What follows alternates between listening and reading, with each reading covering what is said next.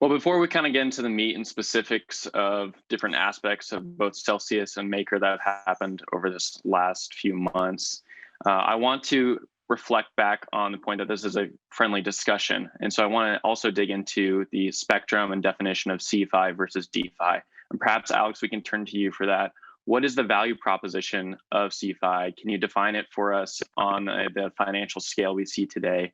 And perhaps maybe a few digs at DeFi and where CeFi is a better or more robust tech stack.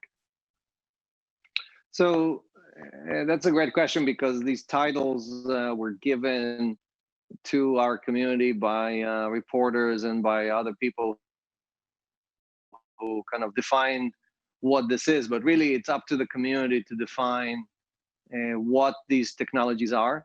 And my focus is on who is acting in the best interest of the community, who is acting in the best interest of the user, right? And Celsius is not a neutral platform like Compound, Maker. Most of the other platforms basically claim that they're neutral, meaning they don't represent the borrower, they don't represent the lender, and they make it fair for everybody to participate. Celsius clearly states every day that we only represent the depositor. Our job, we have 125,000 depositors, and our job every day is to represent their best interest and extract as much as possible out of the borrowers. Our borrowers are all institutions and hedge funds. So we do the opposite of what banks do, right? We take, instead of the banks taking the money from the small guy, making a lot of profit on it and giving their profits to the shareholders, we do the opposite. We take money from these institutions, they pay us interest, and we distribute it pro rata to depositors. Celsius is is called CeFi, but Celsius is using the same smart contract, multi-party computation, all the technology that you will find in a DeFi project, you will find in Celsius. So when you compare the two, the question is really who is acting more in your best interest. And I can tell you that Celsius has paid more Bitcoin, more interest than anyone else on the planet. There isn't another company that can come and say, and Celsius publishes its numbers every week. So there isn't any other company on the planet, even companies that started before Celsius, that can say, I paid more interest, more Bitcoin, more Ethereum, more dollars to my community than Celsius. So if we define this by who is acting in the best interest of the crypto holders, Celsius ranks very, very high. And if you define it by technology and by stacks and things like that, Celsius, again, represents the depositor, where all the other protocols are effectively neutral protocols. Now, it doesn't mean that they're bad. I love the DeFi project. I love Maker. I love Compound. I think these are amazing things. But really, there isn't, when you see Maker, for example, pegging themselves to USDC, or you see Compound pegging themselves to USDT to create stability on their platform, that is a form of centralization. So you can they're no longer pure DeFi. They have an anchor in the centralized world, like we all do. And because of that, I think we're all CeFi, and none of us are any longer pure DeFi. And pure DeFi is not necessarily a good thing, because if you're pure DeFi, most people on the planet, 7.5 billion people on the planet, cannot participate in DeFi. It's too hard for them. It's too difficult for them to understand the technology, know how to manage keys, understand what smart contracts, how smart contracts behave, or read them, understand the rules and conditions, liquidations, margin calls, and so on. So I think you are seeing this migration towards the middle. Yes, it's coming from both sides, but all these platforms are competing with bringing all the money from the banks and from the financial institutions onto the blockchain.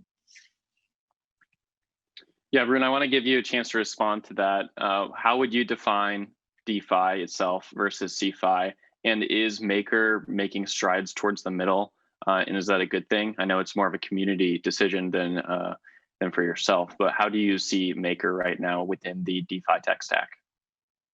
Yeah, I mean, I think first of all, I agree with Alex's assessment, right? That like you always have, everything always has some sort of anchor to centralization, you could say, and sort of the concept of like pure decentralization or even like the purest vision or something is just totally impossible to do, right? Because even if you look at, let's say, Bitcoin or Ethereum, right, their fundamental value actually derives from centralized exchanges and even Tether itself, right? And that dynamic of ultimately the value at some point comes from the real world is never going to go away, right? You can't have an economy that's just 100% virtual with zero connection to the real world.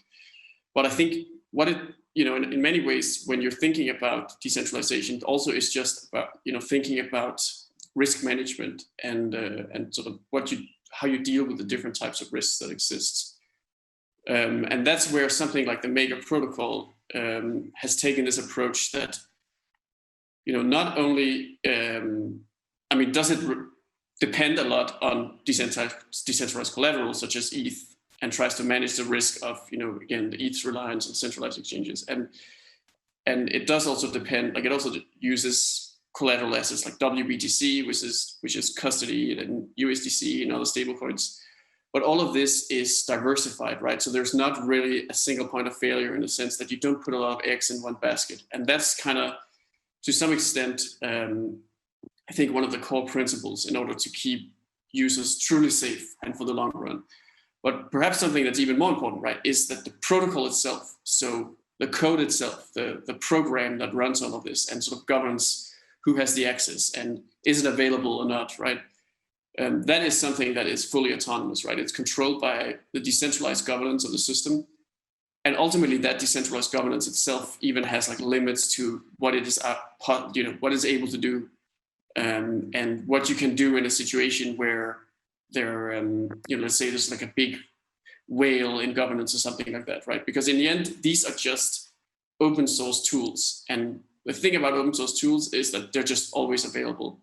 You can never like make open source software go away, right? So if you have a system that simply cannot be shut down and will always be able to, absorb any loss or, like continue functioning despite what gets thrown at it, I think that's for instance what is appealing to people in Argentina, right? When they think about how they've trusted various authorities in the past, and it doesn't really always work so well for them.